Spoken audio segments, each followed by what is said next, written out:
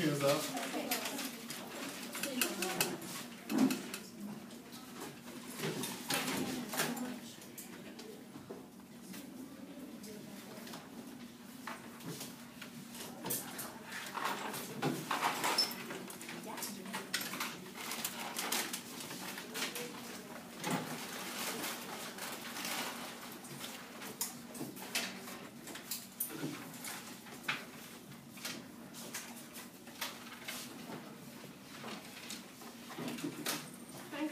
All right.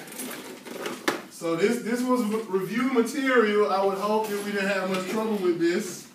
But let's see. 210. So I start, 210 was number 1 through 9. So starting with number 1 is right hand greater than. Right hand greater than.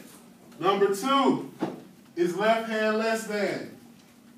Left hand less than. Number 3 is left hand less than. Number 4 is left hand less than. Number 5, okay, this is the ordering. It should be in this order. There's only one correct order, in the order that I say.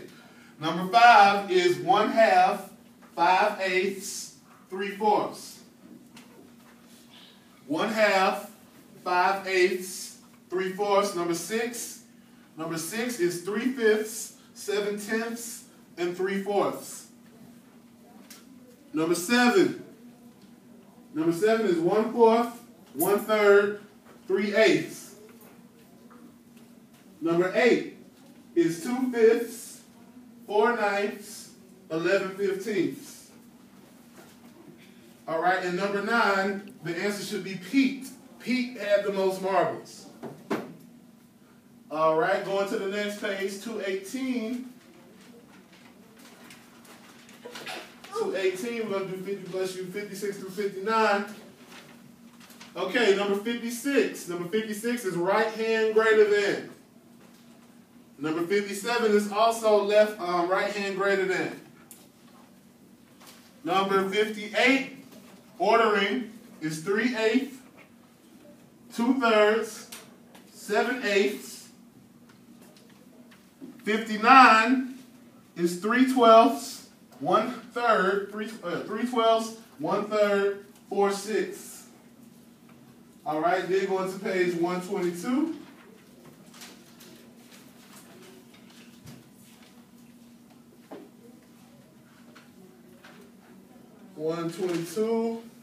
I have 4 through 8. So number 4, starting with number 4. Number 4, we have, the order is 3 406 thousandths, 3 6/10, and 30 8 hundredths. That's the order. Number 5 should be 10 100th, 10 10 hundredths, 101 1/10. All right, and number 6 should be 16 59 hundredths. 16, somebody say that number for me. What's the next one? What's the next one should be? 16 and 782,000. Huh? Say it. Who said it? You said what? 782 what? Not quite. Check your decimal places to the left. How does it start? I mean, to the right of the decimal, we got what? What's the first place?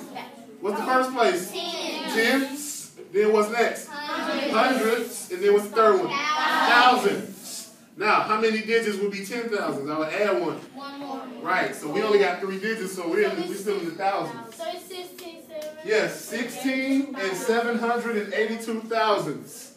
All right, and the next one in the ordering should be 16 79 hundredths. All right, number 7 should be 62 581 10 thousandths. Right, 10 thousandths. 62 741 10 thousandths. And 62 148 thousandths. Number 8 should be 123. 100,000. Huh? What kind of 100,000s? How many 100,000s? Huh?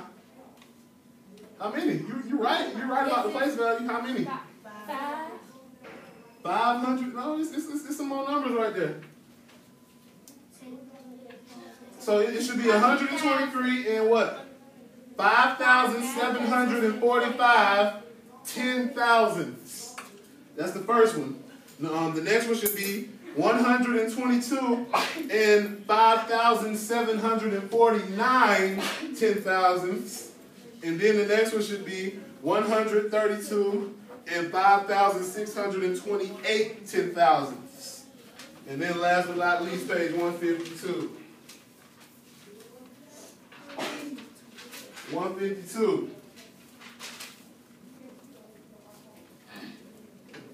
152, I get, that was 10 through 13. Let's see, 10. Okay, number 10 should be 1 and 12 hundredths, 1 and 2 tenths, and 1 and 3 tenths. Number 11 should be 11 and 7 hundredths, 11 and 17 hundredths, and 11 and 7 tenths. Number 12 should be 33 thousandths, 3 tenths, and 303 thousandths. And then last 13 should be 5 and 9 thousandths, 5 and 5 tenths, and 5 and 950 thousandths. That's it. Oh.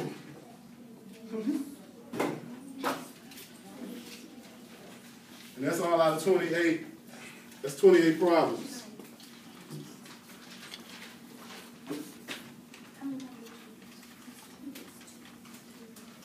Somebody count that up to make sure.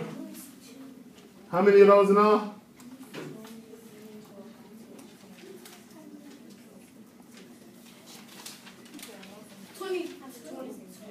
You got what? 23. It's 22. Yeah. 22, that sounds right. Yeah, it was 22. All right.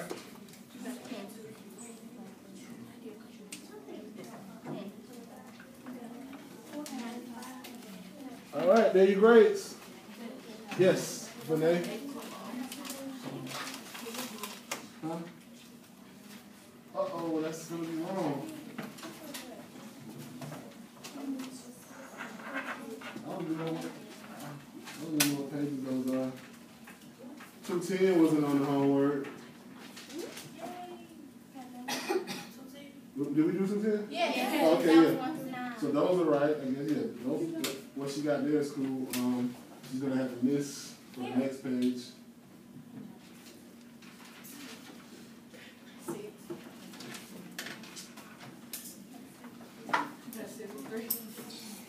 Let's see. So I had to take a look at hers because it's a lot of incomplete stuff on here. I miss 40.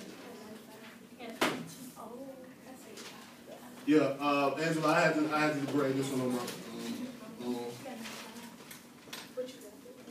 Okay.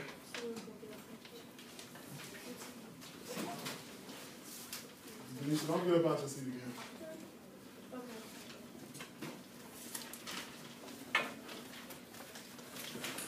Okay. Hold on to these because we will be coming to get the grades. What is this on the floor? It's stinky. Anyway. Okay. So, focus back on our review. First of all, does everybody have a coach book? Yes. Okay. All right. So let's go ahead and talk about this, what we left off with. We're going to compare and order fractions and decimals. Skill we need to remember.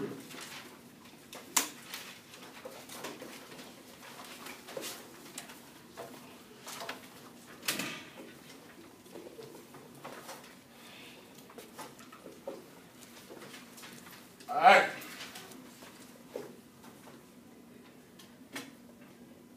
So let's just start off. Which is the bigger number?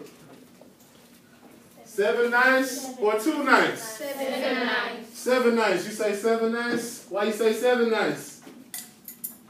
When the denominators are the same, it depends on if the numerators are bigger, and 7 is the numerator. 7/9 numerator is bigger than 2/9. Okay, right. 7/9 numerator, which is what? What is the numerator of 7/9? 7 is bigger than the numerator of 2/9, which is 2. 7 is greater than 2.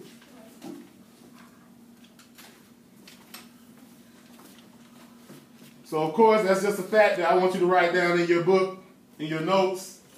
Remember that when two fractions have the same denominator, we can just compare the numerators.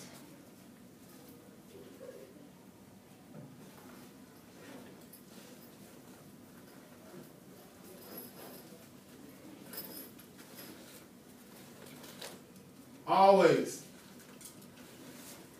Why? Well, the reason why is because the fractions, when we have the same denominator, that means we have the same equal parts, right? So we can compare them easier than we can compare things with unlike denominators because they have different size pieces.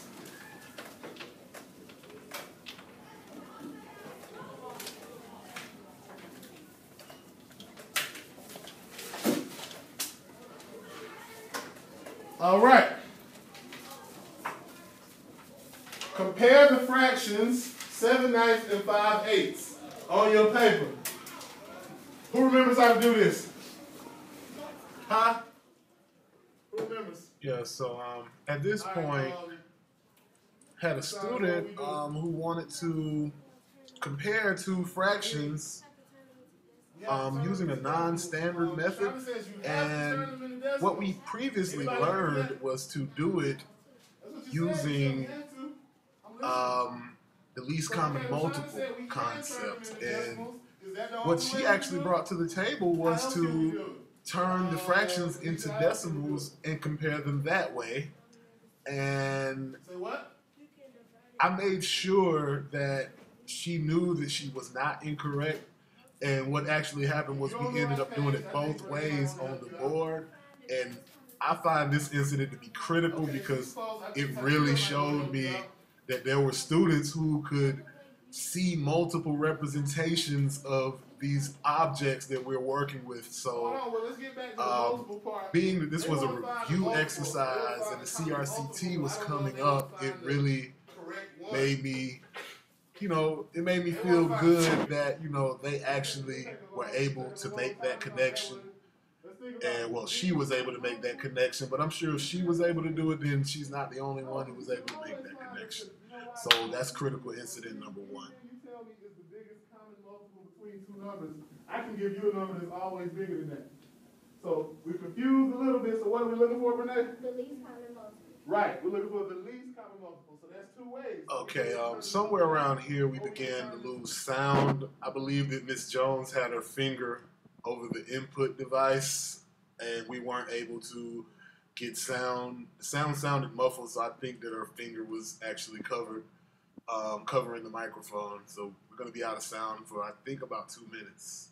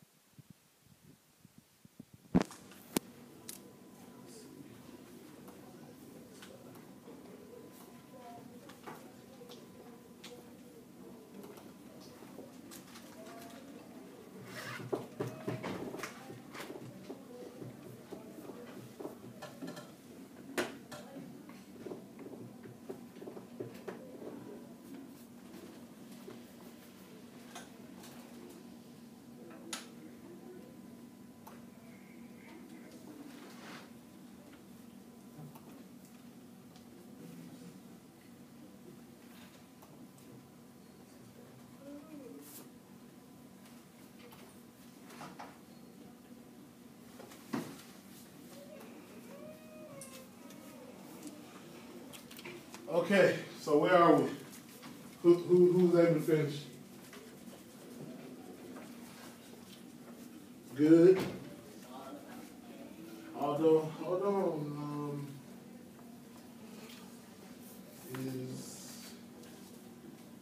It's 45 multiple ways. Is it? Okay. Deal with that.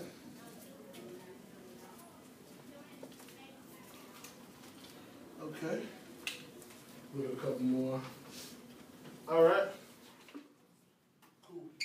Okay, so we're about to approach critical incident 2, Let's talk. where I want to call it technology is great when it works. I felt that, well, first of all, this Promethean board is outdated, number one. As we all know, with technology, especially a major component of technology as is a Promethean board, you know, things need to stay up to date. And this Promethean board has given us trouble all year. And it's very engaging for the students, but this is one instance where after it messed up about 2 times, I was fed up with it because it's taking up instructional time. So I feel like this incident was critical because it shows me that technology is great when it works, but it can also waste valuable instructional time when it doesn't work. Like me having to go back and forth from the Promethean board back to my computer, back to the Promethean board, back to the computer, it takes up time. In this instance, after the second time, I just said, forget it, and we went to the board. Okay, nobody got trouble seeing up here? No. Okay, let's see. Yes. Yeah, come on. Move up here for this. Okay.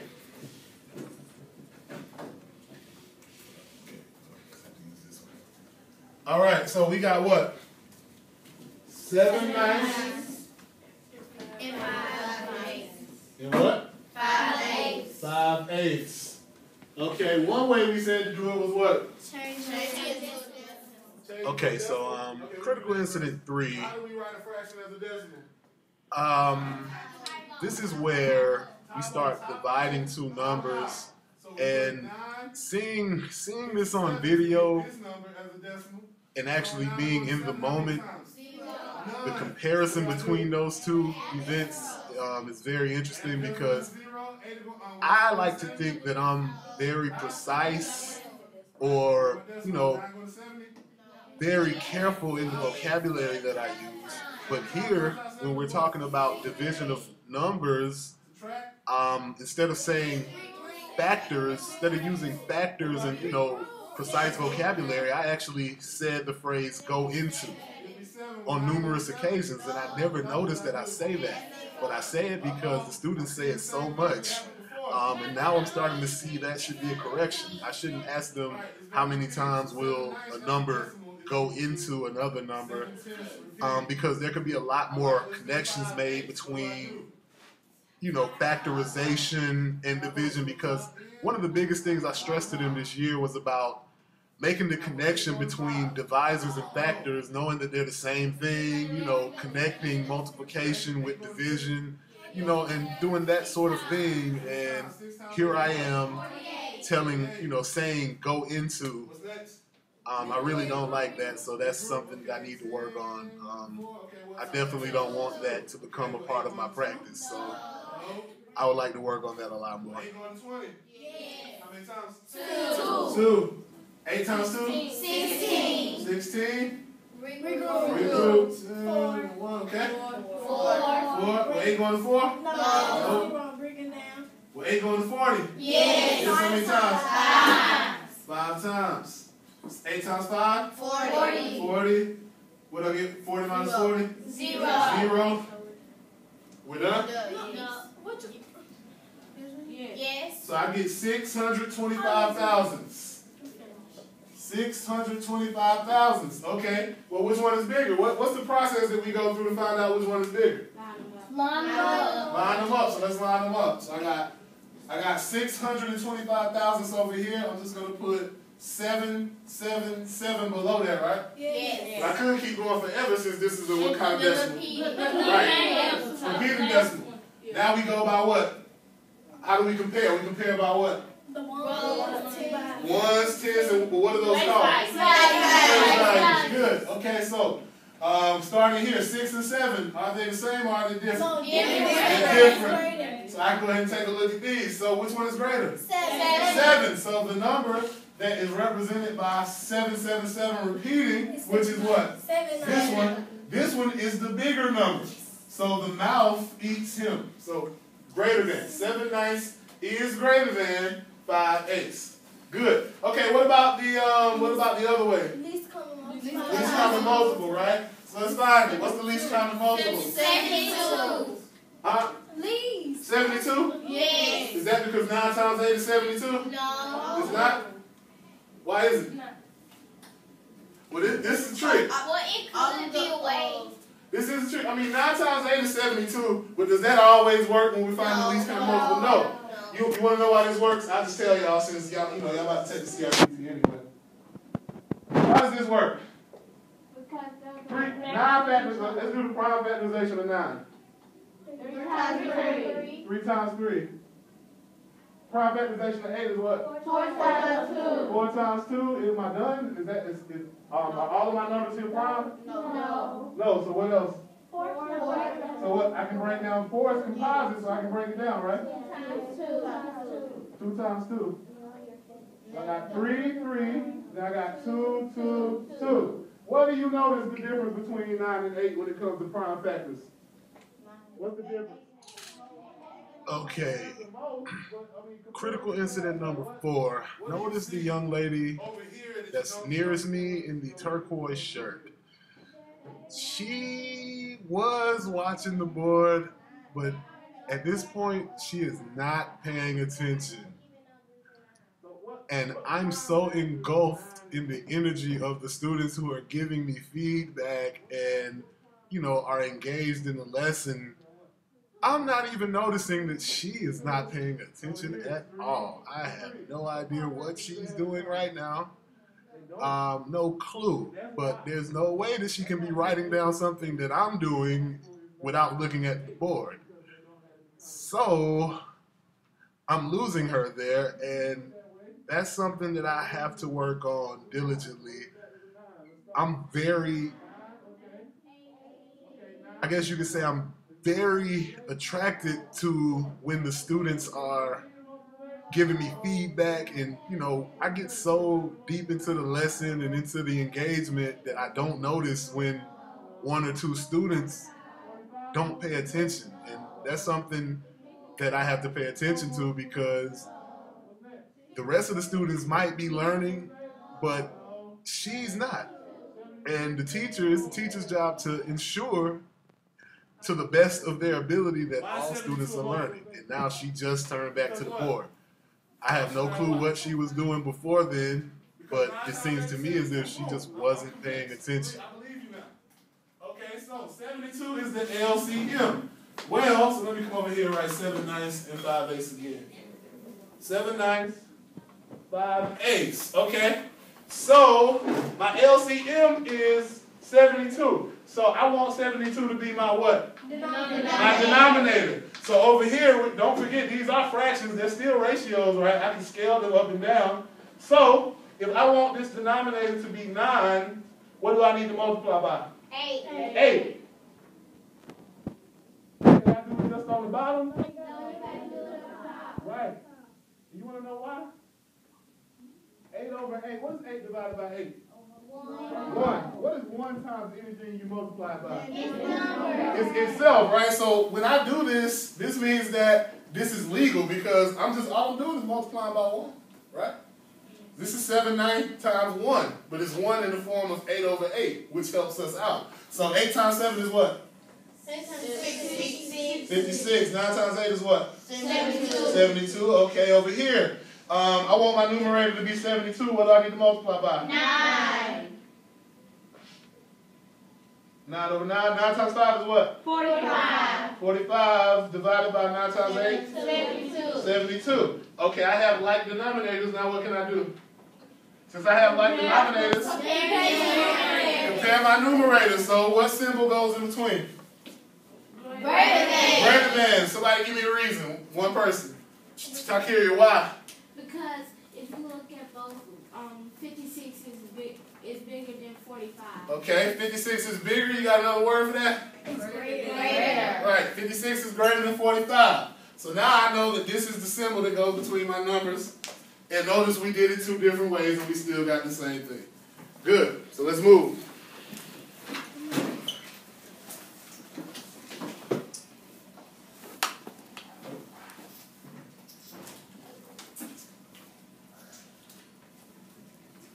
And they did what we did, of course, because we're the bomb. All right. All right, let's work on this one.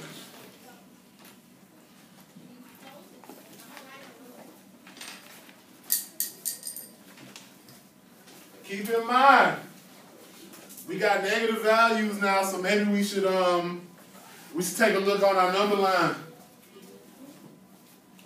Take a look at the number line and see what changes things.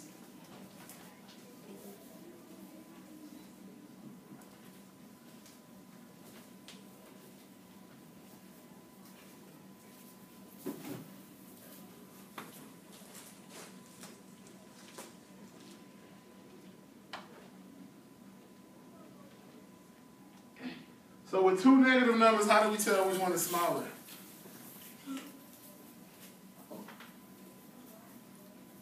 Takira, how do we tell which one is smaller when we got 2 negative numbers?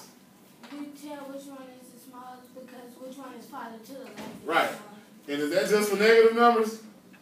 No. No, that's for what? Positive. It's for any number. Any number. Farthest to the left on the number line is smaller. What are you saying?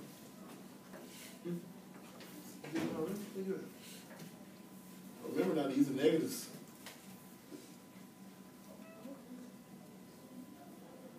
These are negatives, so we got negative 14, negative 15. Hold it together.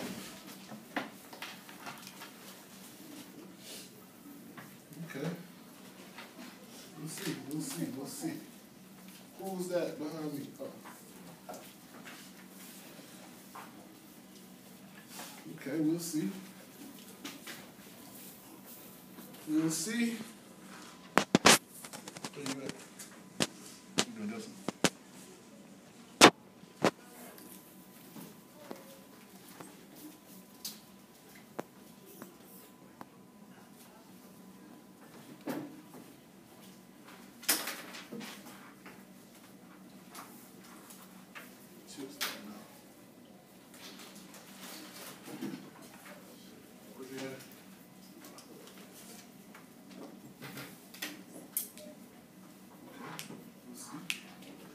I don't know yet.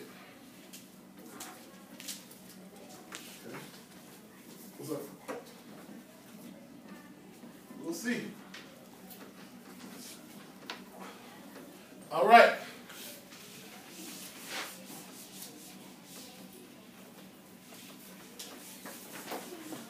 What?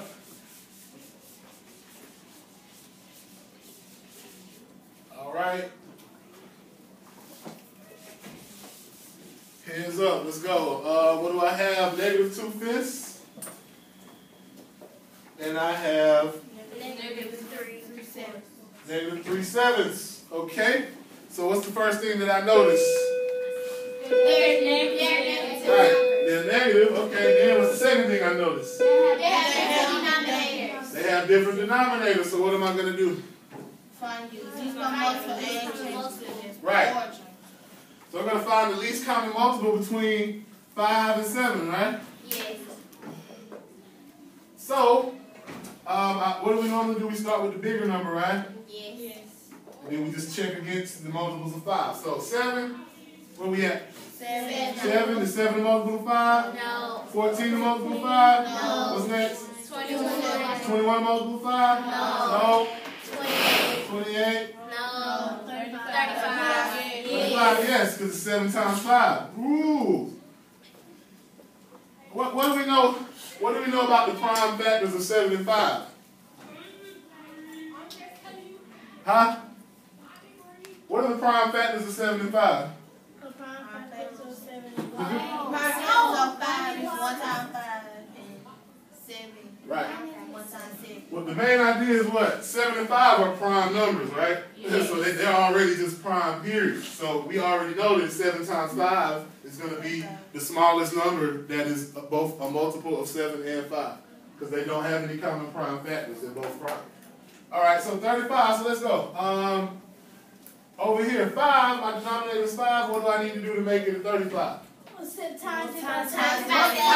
Okay. By 7. So I've Whatever got, you do to the bottom, you got to do to the top. right, so I've got negative 2/5. I'm going to multiply that by what? 7. 7 over 7. 7. That gives you 14 over 35. Right, so that gives me 14 over. Negative 14. Right, don't forget about that. Our negative, we don't apply it to our denominator most times. It can be applied to the denominator, but when we're comparing, we can apply it to the numerator. So let's see, negative 3, 7. So what do I need to multiply to get 35? 5. Right. So this becomes what? So this 3 times 5? 15 over negative 10 Over 35. Now what? Look what I have. What do I have now? Common denominator. I have common denominator, so I compare what? The numerator. The numerator. So I'm comparing negative 14 and negative 15. Which one is bigger? Negative 14. Negative 14 is bigger. Why is negative 14 bigger, Brene? Because it's closer to the 0. Because it's closer to the 0. Yeah, that's a good explanation. What about you? You got something else? Yeah, the only reason negative 14 is bigger than 15 because it's closer to the right and negative 15 is closest to the left. Right. Closer to 0 gets you in trouble, but not in this case because they're both negative. So if you got two negative numbers, yes, closer to 0 would tell you which one is larger, but closer to 0 might not tell you when you're on the other side of 0, right? Because then you want to know which one is farthest from 0. But what covers all bases all the time is that furthest to the left is the smallest, furthest to the right is the biggest, always. All right, so what goes here? Greater than. Greater than. Well, that means that negative 2/5 is greater than negative 3/7. Good.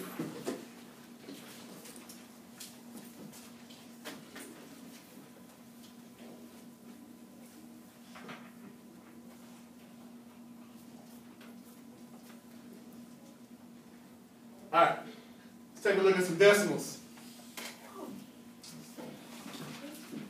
427 thousandths, 425 thousandths. I agree, Denisha, that is easy. But who remembers the process? What do we do? What do we do when we begin to compare our decimals, Jada? You line them up. You line up your decimals. Okay, and then what? What's next after that? Michaela, what do we do after we line them up? When you line them up, you go by each place value and see if it's greater or less than the final. Right, good job. Very good job. Yes, Takira? You finished? Oh.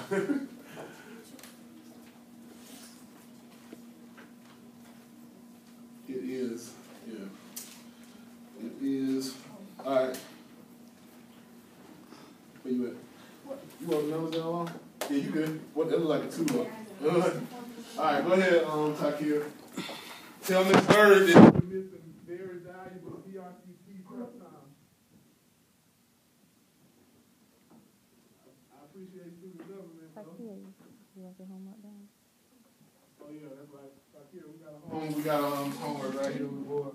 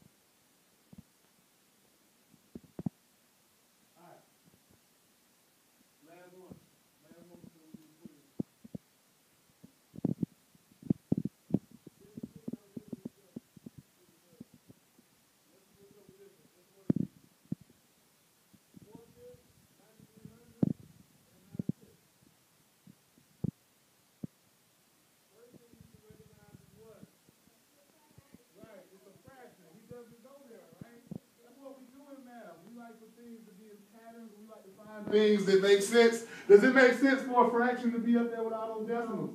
No. What are we going to do? Turn it to decimal. Right. Yes, ma'am. Good. You finished? What did you use? Intuition? Good. Good. Kudos. Kudos. Thank you all for that.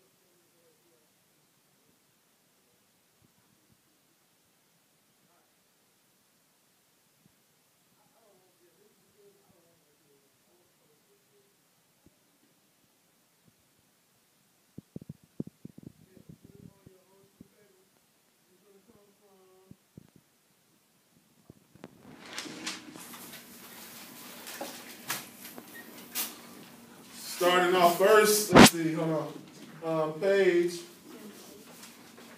I believe it is 40.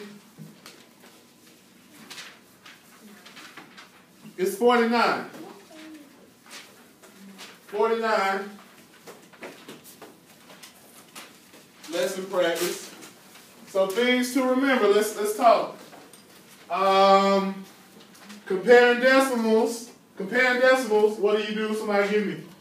Michaela, comparing decimals. What do we do?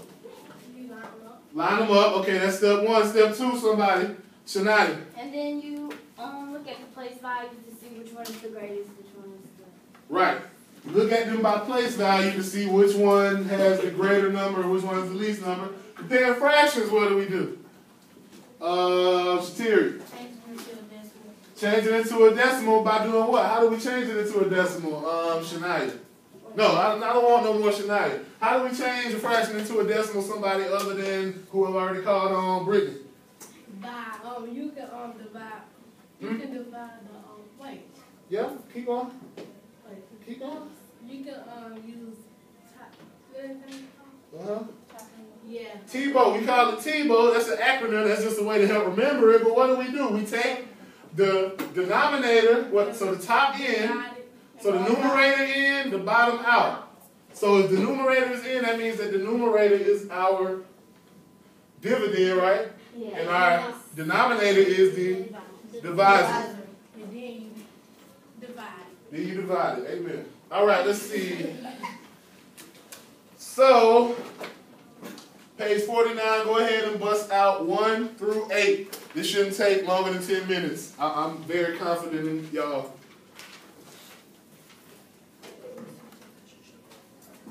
And then it'll be time to go to connections.